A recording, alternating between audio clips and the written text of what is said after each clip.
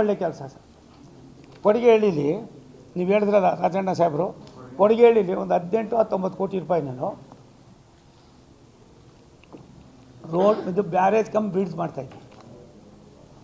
ಆ ಥರ ನಾನು ಒಂದು 26 ಮಾಡಿಸ್ಬೇಕು ಅಂತ ಅಂದ್ಬಿಟ್ಟು ಸ್ಕೀಮ್ ತೊಗೊಂಡಿದ್ದೀನಿ.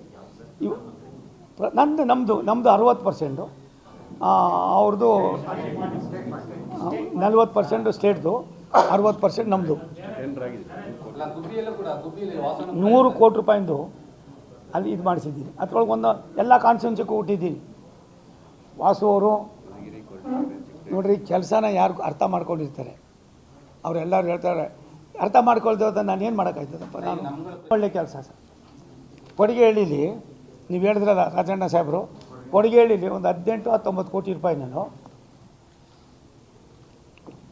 ರೋಡ್ ಇದು ಬ್ಯಾರೇಜ್ ಕಮ್ ಬಿಲ್ಡ್ಸ್ ಮಾಡ್ತಾಯಿದ್ದೆ. ಆ ಥರ ನಾನು ಒಂದು 26 ಮಾಡಿಸ್ಬೇಕು ಅಂತ ಅಂದ್ಬಿಟ್ಟು ಸ್ಕೀಮ್ ತೊಗೊಂಡಿದ್ದೀನಿ. ಇವು ನಮ್ಮದು 60%, ಅವ್ರದ್ದು 40% ಸ್ಟೇಟ್ದು, 60% ನಮ್ಮದು.